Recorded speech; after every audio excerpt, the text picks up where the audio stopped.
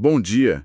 O choque cultural é é uma daquelas experiências que, por mais que a gente tente teorizar, só compreendemos de fato quando estamos no meio do palco, sem o roteiro nas mãos. Sejam muito bem-vindos a mais uma transmissão da ACAD FM, a rádio oficial da Academia BSB. Eu sou o professor Paulo e hoje, segunda-feira, 23 de fevereiro de 2026, nós vamos decupar um material que está simplesmente riquíssimo. Para quem nos acompanha de São Paulo, o clima lá fora é aquele sol de outono impecável, com uma luz que, nossa, os pintores renascentistas invejariam. Mas, para o protagonista do nosso estudo de caso de hoje, a iluminação é, digamos, bem mais dramática. E eu sou a professora Rachel. Bom dia a todos. É fascinante observar esse contraste, né? Porque enquanto o Brasil brilha sob o sol, nosso foco de análise hoje está na Bélgica, onde os céus cinzentos e aquela chuva fina, constante, criam um cenário super melancólico, sabe? Quase cinematográfico. E essa mudança climática é só a ponta do iceberg no struggle da vida de um expatriado. A verdadeira jornada acontece na adaptação da linguagem e da identidade. E é exatamente por isso que o nosso English Conversations Course existe. Para quem está sintonizando na nossa análise matinal pela primeira vez, pensem nisso como tipo um mergulho documental, bem estilo BBC, nos bastidores do aprendizado. Porque concluir o nível B1 do quadro comum europeu de referência para línguas não é só pegar um certificado para colocar na parede. Com certeza não é. É muito mais do que isso. O nível B1 exige a capacidade de articular pensamentos com confiança, de navegar por rotinas complexas e, principalmente, sintetizar o caos absoluto que é viver em um novo país. É uma ferramenta de sobrevivência. E o nosso foco hoje é o nosso estudante VIP que está vivendo essa transição na própria pele, o Alan, que é um profissional das artes cênicas que acabou de deixar o Brasil para atuar nos palcos belgas.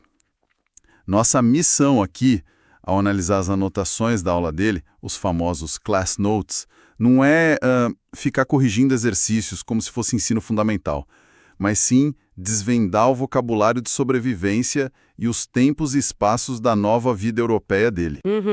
Exatamente.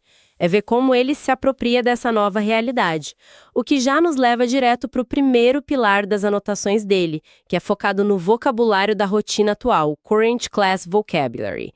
E olha, o que chama atenção aqui não são as palavras sozinhas, mas toda a vibe cultural que elas carregam, porque ele lista locais como a pharmacy, o stadium, a bakery, além do buquê. Quando um brasileiro chega na Europa, a bakery deixa de ser aquela nossa padaria da esquina e se torna um verdadeiro epicentro de choque cultural, não acha? Nossa, sem dúvida. O conceito de espaço físico muda de uma forma drástica. A farmácia, que ele anotou como pharmacy, e o estádio, o stadium, na Europa, eles carregam séculos de arquitetura. Mas a bakery, nas anotações do Alan, é de verdade uma obra de arte à parte. Se a gente analisar a lista de itens dele, a gente vê um retrato perfeito da mente dividida de um expatriado. Porque ele mistura coisas absurdas, como o super sofisticado foie gras europeu com a nossa sagrada coxinha. Além do pão tradicional, o bread, o bolo, o cake, e de sobremesas como a mousse e o nosso clássico sonho. É o cosmopolitismo servido ali no balcão de vidro. Haha, eu amei isso. Essa mistura é a essência de quem tentou ancorar a saudade de casa nos sabores de um novo lifestyle. E para que a nossa audiência consiga visualizar a complexidade que o nível B1 exige, a gente pode encapsular todo esse vocabulário em uma narrativa estruturada. Porque o Alan não está só aprendendo palavras isoladas, ele precisa criar uma fluência. Então, pensa numa estrutura frasal bem longa, tipo, a jornada diária do nosso artista começa na farmácia em busca de um remédio para voz cansada, segue para uma parada na bakery para comer um sonho e um foie gras improvável e termina lá no stadium segurando um buquê lindo. Sensacional. Essa construção longa, unindo esses cenários todos, é o que separa o turista de quem realmente está entrando em campo para morar lá. Mas a fluência narrativa cai por terra se o ator tropeçar na dicção, né? E as anotações revelam que a pronunciation é o próximo grande obstáculo do nosso roteiro de hoje. A fonética é, na prática, uma ginástica muscular. O cérebro brasileiro não foi treinado para emitir certos sons sem que pareça uma falha no sistema. O embate clássico que a gente tem no material hoje é o número 3, three, contra a árvore, tree. Ai, ai, essa fricativa dental do three é o pesadelo de qualquer expat. Exige colocar a língua entre os dentes e soltar o ar de um jeito que deixa a gente super vulnerável. Tipo, com medo de soar ridículo pedindo 3 pães na tal bakery. E o material dele vai além, porque exige um aquecimento vocal digno de uma turnê global. Ele precisa dominar a fonética de continentes e regiões que não perdoam aquele sotaque forte, sabe? Como a Europa, a Ásia, passando por Japão, China, Tailândia e Vietnã, até chegar na África, com foco no Egito. É um treino pesado. E para desenvolver essa memória muscular, o ideal é a gente tratar essas frases como se fossem exercícios teatrais mesmo. Verdadeiros trava-línguas que exigem atenção plena na articulação. A nossa audiência pode até visualizar a gente fazendo isso aqui no estúdio. Vamos simular essa dinâmica. Eu começo com a primeira frase e a gente isola as palavras no final. A frase é: os 3 atores descansando perto da árvore sonhavam com os palcos da Europa. E agora a gente repete lentamente. Tree. Europe. E é impressionante como o som fica mais limpo quando a gente isola, né? É um insight excelente, é uma técnica de isolamento maravilhosa. Vamos seguir a mesma lógica para o próximo roteiro geográfico, que é mais longo. A ambiciosa turnê asiática exigiu adaptações intensas no Japão, na China, na Tailândia e no Vietnã. E agora a gente puxa para o foco fonético. Asia, Japan, China Thailand. e Vietnã. É um treino essencial. Com certeza. E para fechar o aquecimento de fonética, a última rota. O silêncio do deserto, no Egito, ensinou aos artistas a verdadeira magnitude da África. Degustando a fonética, a gente tinha Africa. Egypt. E o mais interessante de treinar a pronúncia desse jeito é que devolve a autoconfiança. Porque, olha, o maior medo de quem tá morando fora não é errar a gramática. É o struggle de não ser compreendido, de ficar travado. E quando a memória falha, no meio de uma rua lá em Bruxelas, o Alan precisa de um kit de primeiros socorros linguísticos. É por isso que a seção Use of Language nas notas dele é, assim, um estudo brilhante sobre a vulnerabilidade humana. Perfeito. Porque admitir a limitação é o primeiríssimo passo para a comunicação real. O material traz expressões como how do you spell e how do you say in English, que são, na verdade, ferramentas investigativas. E declarar logo de cara I'm learning English ou I don't speak English very well but can try, desarma quem está ouvindo. Você tira a pressão de ter que ser fluente e convida um nativo para colaborar com a sua jornada. Mas tem uma frase pragmática nas anotações do Alan que, olha, carrega um peso dramático inesperado, que é I've never bought him flowers. Eu nunca comprei flores para ele. Nossa, é uma frase carregada de um arrependimento, super dramática. Para quem está escutando a gente entender como esse vocabulário de sobrevivência opera sob estresse emocional, a gente precisa criar um contexto. Vamos montar uma cena, topa? Opa, adoro um roleplay. Vamos visualizar o cenário. A iluminação tá fria, a gente está numa rua estreita em Bruxelas, bem ao lado de um teatro municipal imponente. A garoa belga não para de cair e faltam poucos minutos para uma grande estreia. Eu vou ser o florista belga, focado, frio, completamente alheio ao drama do mundo das artes, ali dentro da minha loja quentinha. E você assume o papel do artista expatriado que entrou em pânico com a barreira linguística. Haha, o cenário perfeito pro colapso total, tá? Lá vou eu. O sino da porta toca. Com licença, I'm learning English e eu tô num pânico absoluto. How do you say emergência in English? Eu preciso do arranjo mais maravilhoso que você tiver aí. I don't speak English very well, but can try. É pro grande diretor da peça. O nome dele é Jean-Pierre de Robois Montpellier. Madame, por favor. Eu preciso de muita clareza para a caligrafia do cartão. Esse nome francês é um absurdo de extenso. How do you spell Dubois Montpellier? Por favor, soletre letra por letra. Letra por letra, moça, eu mal consigo respirar. A gente trabalha junto há anos, mas a verdade, a trágica verdade é que I've never bought him flowers. E corta. Fantástico. A tensão de não saber soletrar o how do you spell no momento de pico emocional é paralisante para o aluno. E essa intensidade toda de entregar um buquê em teatros me faz lembrar de algo muito curioso sobre os bastidores da história europeia antes da gente ir para o nosso intervalo comercial. Ah, conta. Eu amo essas curiosidades históricas. Então, no século XVIII, o ato de presentear os artistas no palco com flores não era só um gesto de carinho, era um código de comunicação altamente estruturado. A aristocracia usava o tipo de flor, a cor e até como o laço estava amarrado para transmitir mensagens secretas. Uma rosa vermelha no centro do arranjo, por exemplo, era um passe livre para os salões da realeza. Mas uma flor amarela murcha, colocada de propósito no meio do buquê, era uma crítica devastadora. Podia arruinar a carreira de um ator na mesma noite. Gente, que vibe mais passivo-agressiva. Haha, a realeza europeia e os seus códigos secretos. E o ponto central é exatamente esse, né? Toda sociedade tem códigos super rígidos que o forasteiro precisa decifrar para não ser engolido. E depois dessa pausa dramática, isso nos leva diretamente para a espinha dorsal de qualquer idioma. Exatamente. A gramática, bem-vindos de volta à nossa transmissão. E, diferentemente do que muita gente pensa, a gramática não é uma punição acadêmica. Ela é a coreografia de como o tempo e o espaço funcionam naquele país. É o mapa do jogo. E nas anotações do Alan, o foco gramatical recai muito sobre as preposições, o in, o on e o at. O cérebro brasileiro tem o costume terrível de agrupar tudo na nossa preposição em. A gente diz que está em São Paulo, em casa, em segunda-feira. O que cria um conforto linguístico bem perigoso para o expat.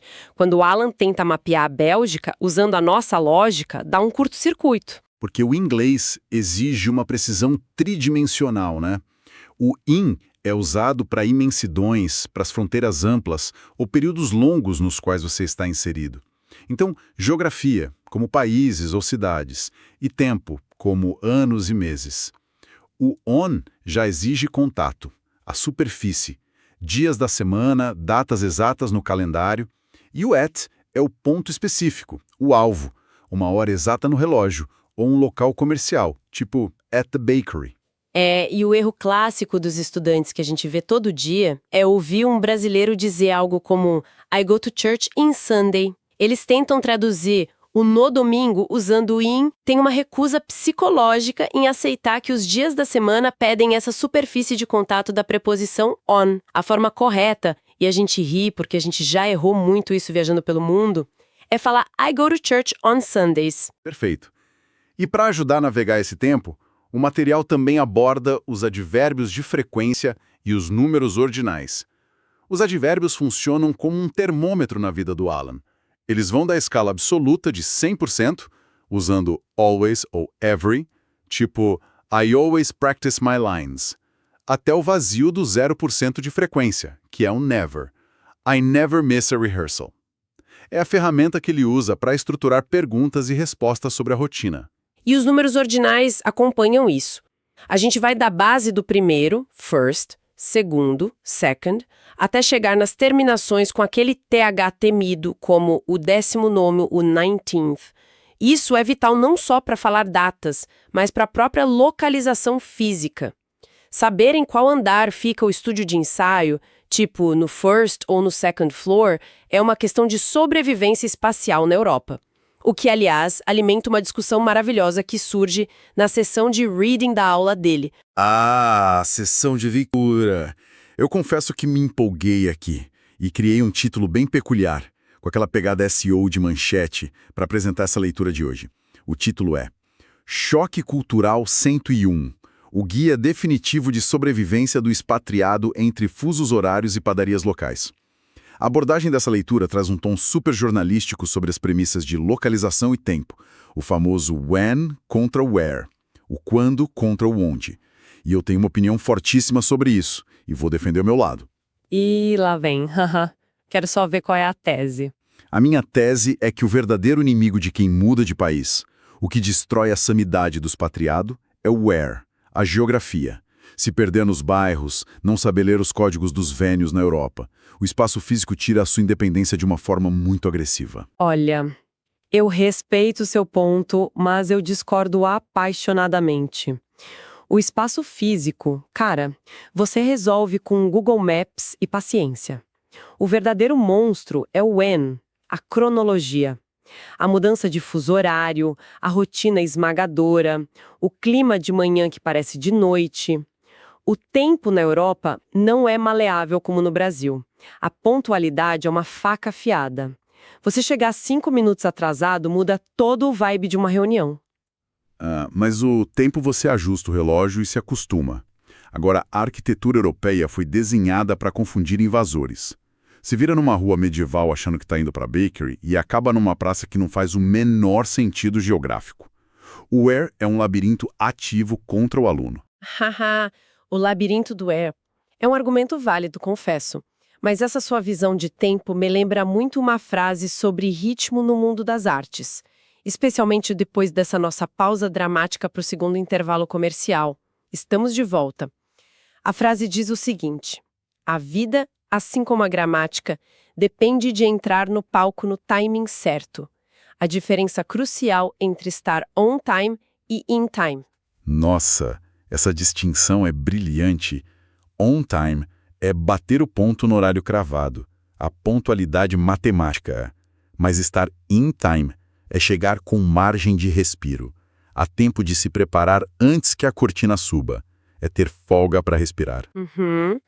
É chegar in time para sentir o ambiente e a vida no exterior exige que você esteja in time para não surtar. O que nos leva perfeitamente para nossa sessão de writing, onde a gente aplica essa mesma paciência e técnica na escrita.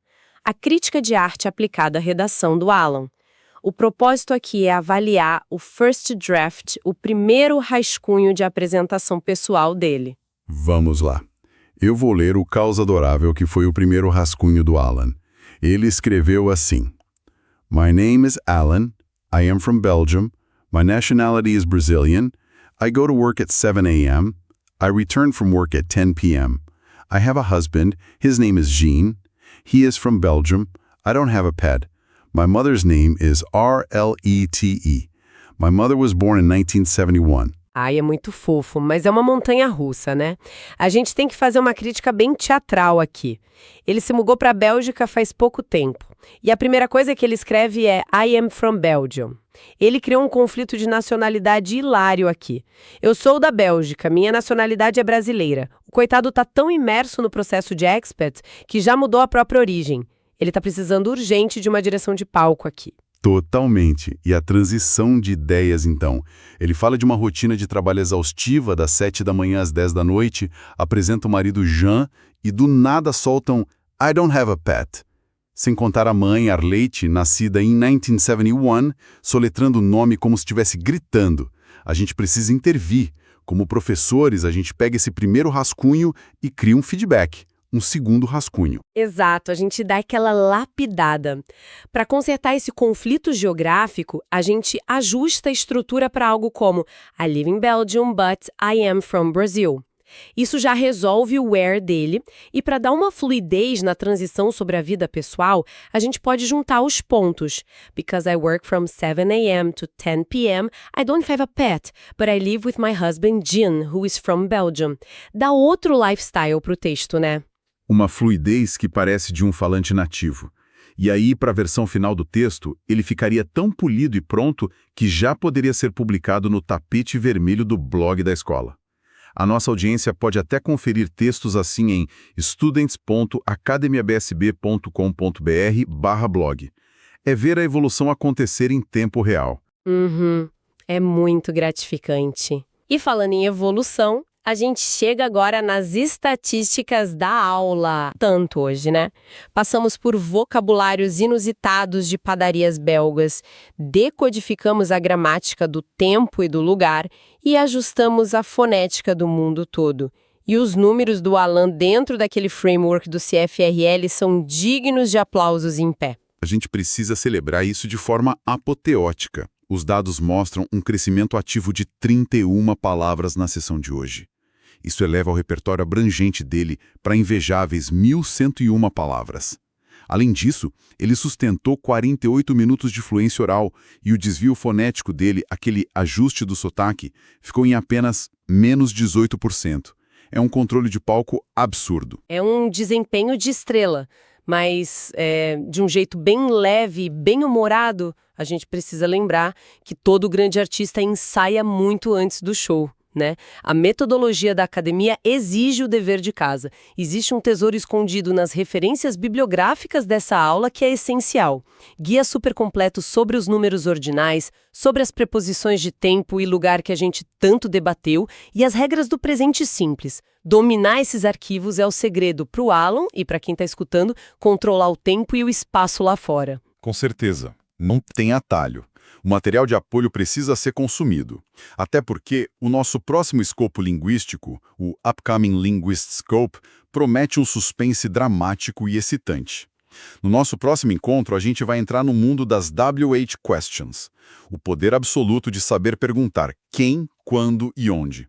É a chave para não ser só um espectador na Europa, mas o protagonista que dita o diálogo. Nossa, eu já tô super animada para essa próxima análise. Vai ser um divisor de águas. E para fechar a nossa imersão de hoje, com uma transição elegante, eu lembrei de uma citação linda do aclamado artista latino, o Gabriel Garcia Marques. Ele diz que a vida não é a que a gente viveu, mas a que a gente recorda e como recorda para contá-la. Que perfeição! É exatamente sobre isso. O inglês, as preposições, os trava-línguas, são todos apenas as ferramentas para garantir que a gente consiga contar a nossa própria história com o mesmo impacto em qualquer lugar do mundo. É isso aí. E com essa energia de cortinas se fechando na Broadway, a gente relembra o grande lema da nossa escola. Porque não é apenas sobre o idioma. É tudo sobre comunicação. Um excelente dia para todos e até a próxima transmissão na CADS FM.